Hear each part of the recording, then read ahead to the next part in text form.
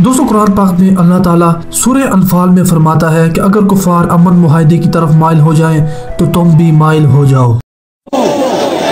America को मैं एक पैगाम देना चाहता हूं, तहरीक इंसाफ की जब गवर्नमेंट आएगी हम दुनिया में सबके साथ दोस्ती करेंगे, हम आपके साथ भी दोस्ती करेंगे, लेकिन गुलामी नहीं करेंगे।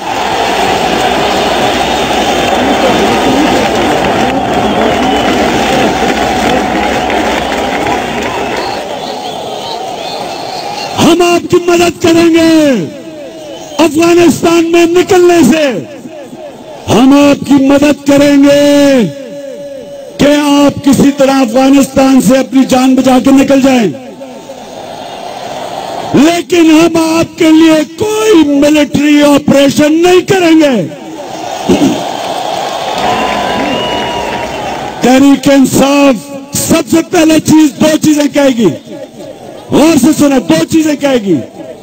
पहले तहरीक इंसाफ ये कहेगी कि कभी पाकिस्तान की फौज पाकिस्तानी शहरियों के ऊपर कभी इस्तेमाल। अस्सलामुअलैकुम दोस्तों, उम्मीद है आप सब खैरियत से होंगे। दोस्तों ये उस शख्स इमरान खान की आवाज है जिसने अपने इलेक्शन कैंपेन में कह दिया था कि अमेरिका को जाना होगा, और आज इसी शख्स की ऐसी किस्मत पाई है कि जो कहकर दिखाया वो कर भी दिया, और दुनिया का सुपर पावर अमेरिका अब अफगानिस्तान से भागने का रास्ता देख रहा है। दोस्तों जब से दुनिया बनी है इंसानों में लड़ाइयाँ होती रही है और बहुत से अमन मुआहदे भी हुए हैं, लेकिन दुनिया की तारीख में ऐसा मुआहदा नहीं हुआ जो 29 फरवरी 2020 को तालिबान और बाकी दुनिया के दरमियान हुआ है, जहां पर ताकतवर को शिकस्त और कमजोर समझे जाने वाले लोगों की फतह हुई है। वीडियो शुरू करने से पहले वीडियो को लाइक करें, चैनल को सब्सक्राइब करने के साथ साथ घंटी के बटन पर भी लाजमी क्लिक कीजिएगा। दोस्तों इस जंग में न के अमेरिका बल्कि पूरी दुनिया उसके साथ थी। ट्रिपल नेटो मुमालिक तो इस जंग में अपने फौजियों को भी शरीक करवा गए थे, लेकिन इसके अलावा पूरी दुनिया अमेरिका के साथ इस जंग में थी, और दूसरी तरफ सिर्फ और सिर्फ अफगान तालिबान अकेले थे, और इस जंग को अफगान तालिबान ने यकतरफा तौर पर जीत लिया। दोस्तों अमन मुआहदे में सबसे पहली बात पूरी दुनिया के मुंह पर तमाचा है। तालिबान के इस अमन मुआहदे में पहली बात यह है कि वो अफगानिस्तान में इस्लामी निजाम के तहत अमन लाएंगे,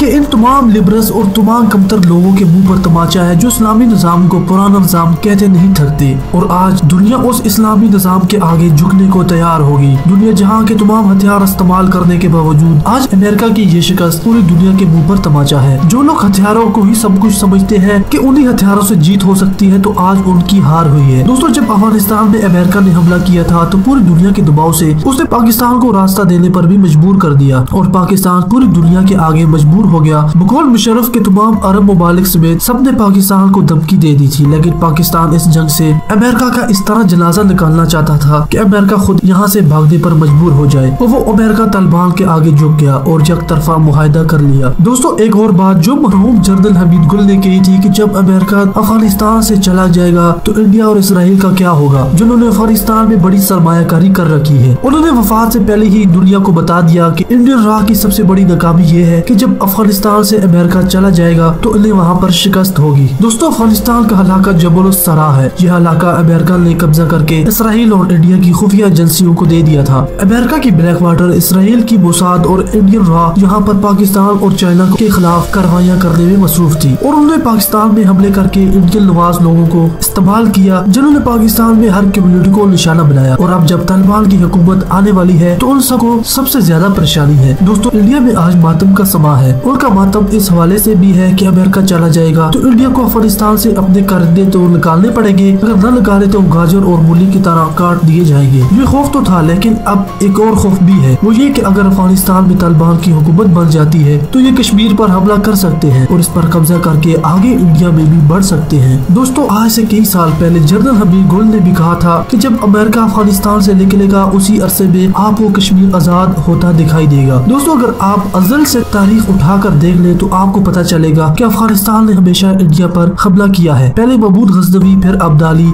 ये मुसलसल इंडिया पर हमले होते रहे हैं, और इंडिया के आजाद होने के बाद अफगानिस्तान यके बाद दीगरे दो आलमी ताकतों का गवारा बन चुका था, और आज वो आजाद हो गया। आगे इंडिया का सफर अब शुरू होने वाला है। दोस्तों इंडियन ये भी कह रहे हैं कि अब इंडिया का क्या होगा अगर अमेरिका ने तालिबान के आगे घुटने टेक दिए हैं तो भारत की मुसीबत बढ़ गई है, क्योंकि भारत तो अमेरिका के मुकाबले में कुछ भी नहीं। इंडिया हमेशा अफगानिस्तान की कुटपुतली हुकूमत को सपोर्ट करता रहा है और उसे माली मदद फराहम करके अपने पाँव मजबूत करता रहा है। दोस्तों, इंडिया के साथ अफगान हुकूमत की खैर नहीं है, जिसने पहले तो रशिया के साथ मिलकर फिर अमेरिका के साथ मिलकर मुसलमानों को नुकसान पहुँचाया। दोस्तों, आज पाकिस्तान की जीत हुई है। दोस्तों, जब तालिबान का अमन मुआहिदा हुआ तो उन्होंने पाकिस्तान की बेजा तारीफ की है और पाकिस्तान के इस अमन मुआहिदे में किरदार की तारीफ करते हुए ये कहा कि पाकिस्तान ने इस मुआहिदे को मुमकिन बनाया। दोस्तों, इंडियन मीडिया की पाकिस्तान की तारीफ और इंडिया के इस हार पर क्या तबसरा किया है वो आप भी जरा सुन लीजिए।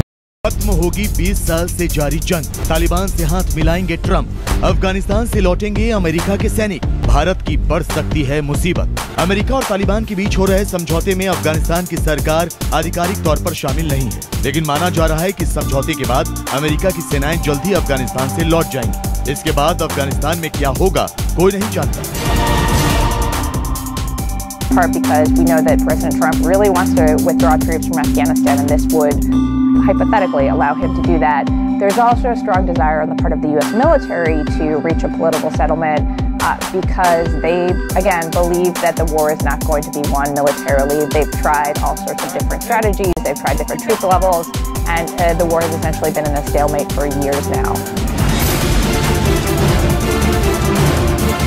अफगानिस्तान से अमेरिका के सैनिकों की वापसी के बाद पूरे अफगानिस्तान की तस्वीर बदल सकती है, क्योंकि अमेरिका तालिबान से सीधे समझौता कर रहा है। इस तरह तालिबान को अब अफगानिस्तान की एक बड़ी ताकत के तौर पर मान्यता मिल जाएगी, जो अफगानिस्तान की सरकार के लिए ठीक नहीं होगा।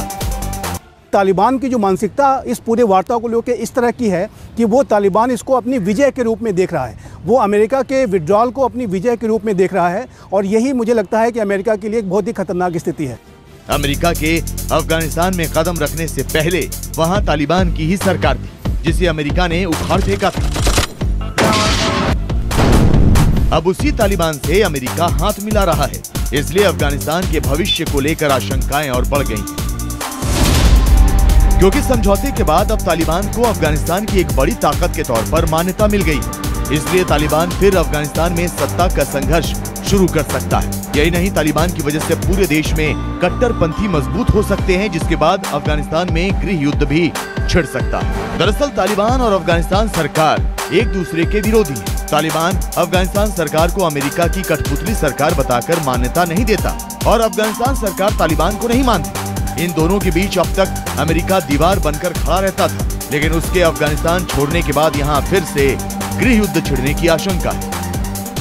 इस बात की पूरी संभावना है कि यदि अमेरिका अपना विड्रॉल पूरा कर लेता है, 0% पे उसको लेता आता है, तो अफगानिस्तान में गृह युद्ध की स्थिति पैदा हो जाती है। कतर में अमेरिका और तालिबान के बीच समझौते के समय 30 देशों के प्रतिनिधि मौजूद रहेंगे और ये समझौता भारत के लिए काफी अहम है, इसलिए समझौते के वक्त भारत भी मौजूद रहेगा। कतर में भारत के राजदूत पी कुमारन शांति समझौते की प्रक्रिया में शामिल होंगे। ऐसा पहली बार हो रहा है जब भारत तालिबान के साथ हो रही किसी वार्ता में मौजूद रहेगा, जबकि भारत ने 1996 से 2001 के बीच रही तालिबान सरकार को मान्यता नहीं दी थी। इस तरह की अफगानिस्तान की रियलिटीज़ हैं, जिस तरीके से अमेरिका की सरकार एक जो है रियलिटी बेस्ड निगोशिएशंस कर रही है, टैक्टिकल निगोशिएशंस कर रही है, ऐसे में भारत उन वास्तविकताओं से अनभिज्ञ नहीं रह सकता, उन वास्तविकताओं से अछूता नहीं रह सकता। तालिबान शांति वार्ता में भारत की मौजूदगी बदले हालात में बदली रणनीति के तौर पर देखी जा रही है, क्योंकि अफगानिस्तान में भारत ने बड़ा निवेश कर रखा है। ऐसे में भारत जरूरत पड़ने पर तालिबान से कूटनीतिक संपर्क खोल सकता है। कूटनीति के लिहाज से अफगानिस्तान अब काफी अहम हो चुका है। इसके साथ ही भारत के इस कदम से पाकिस्तान पर लगाम लगाने में मदद मिलेगी। भारत ने $3 बिलियन से भी ज़्यादा का इन्वेस्टमेंट कर रखा है। भारत के वहाँ पे एम्बेसीज हैं, काउंसलेट्स हैं, बहुत सारे भारतीय वर्कर्स वहाँ काम कर रहे हैं। उन सभी की सुरक्षा के लिए जो भी अफगानिस्तान में नया स्वरूप डेवलप हो रहा है, उससे भारत अपने आप को एंगेज करके रखना चाहता है। अमेरिका और तालिबान की लड़ाई में 2500 से ज्यादा अमेरिकी सैनिक मारे जा चुके हैं। अफगानिस्तान के 3500 नागरिक हर साल मारे जाते हैं, लेकिन इस समझौते के बाद खून खराबे पर लगाम लग पाएगी ये कोई नहीं जानता, क्योंकि अब अफगानिस्तान पर फिर से एक गृह युद्ध के बादल मंडराने लगे। दोस्तों, वीडियो को लाइक जरूर कीजिएगा और चैनल को सब्सक्राइब करके अपनी राय का इजहार कमेंट सेक्शन में जरूर कीजिएगा। हमें इजाजत दें। खुदा हाफिज।